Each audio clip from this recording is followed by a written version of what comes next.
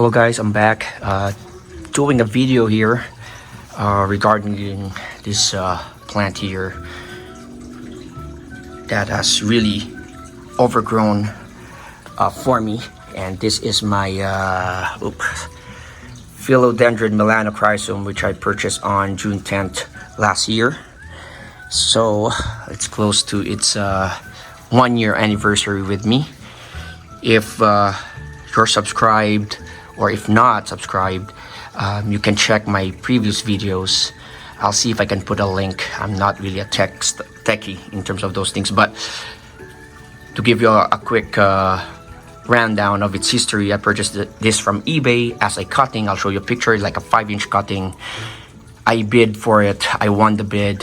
I was regretting it, but I want to be fair to the seller and purchased it. And from that cutting, I was able to make it root, planted it here, and now has overgrown beyond beyond any expectations. So I left for the Philippines 3 weeks ago. We arrived yesterday, and I was so surprised when I saw this plant and it was placed there. It has grown so much in the last 3 weeks. Now, I did some settings on my grow tent, the mist king, the lighting. I decreased the lighting actually because I asked the plant seeder to just come in once a week, and I water the mounted plants, the ones on the wood, every other day, so I can check my plants every other day. I'm really sure that they are getting enough humidity, and I was really anxious after 3 weeks what will happen.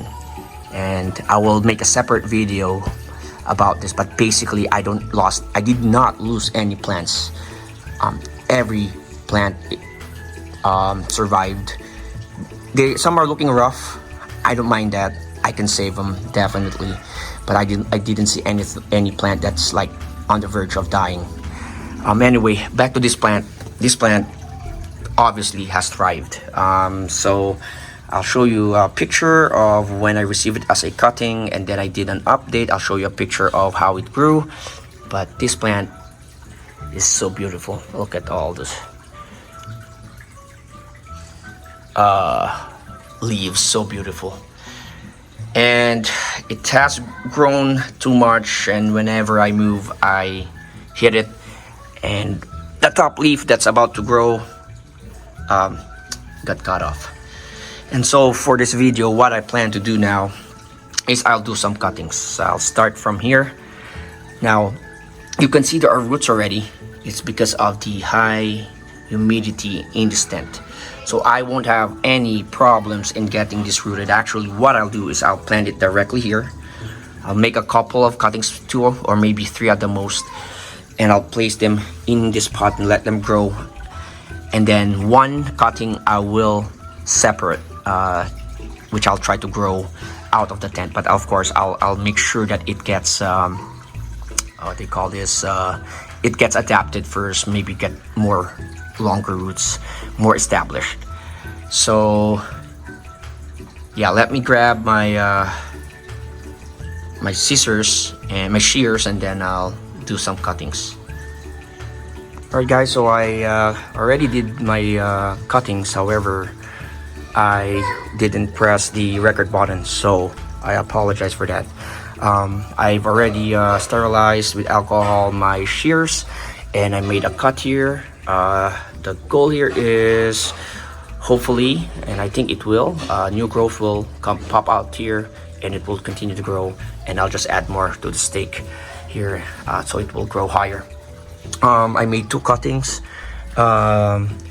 This one I will plant down here. The goal is to let it grow up here, and I will have like two plants just growing, and we'll have my goal is to have like a thicker growth of this melanochrysum, and that they're spreading all throughout the stake, because this one has already grown in that way, and that one will go through this area where there's still room. For this one, I will plant it separately in a pot and grow it as a separate plant, and see you know, see how they do. The plan is to grow this out of the tent once it's established. It will be a really nice decoration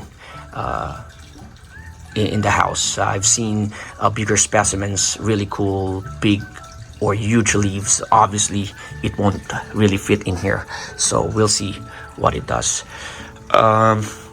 So yeah, just wanna show you guys how nice the leaves are. Velvety, just like the Philodendron micans. However, it has this white silvery sheen here in the veins. Really cool. Overall, I mean, from what before I bought it last year, I know it's kind of rare at the time, but I think I can say confidently right now it's easy to grow and cultivate as long as you have high humidity. I would say medium to bright light. The LED obviously is not directly over the plant, so it's not burning the plant. I can't really speak for people who grow it outdoors in a greenhouse, but I can say in a grow tent in my settings, it does really well. The temperature here is around 70 to 77 Fahrenheit, depending on where the plant is placed. So obviously down here it's around the low 70s, and up here when it grew up, it's gonna be higher. Humidity definitely more than 70%.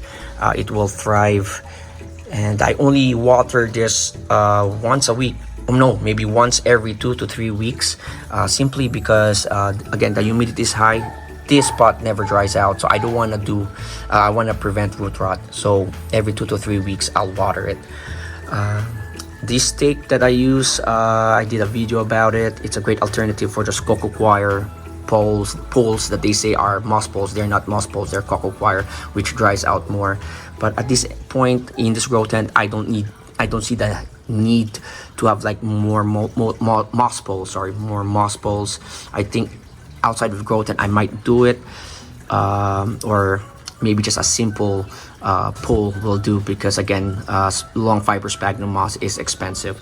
I don't really spray this area here, and as you can see, again, there's a lot of aerial roots now, and I would give credit to the fact that I have a mist king that runs every hour in the morning for 6 seconds, and that definitely helped in okay, what's this? Okay, I thought it was a bug. It definitely helped in growing these roots, which will make it easier to grow.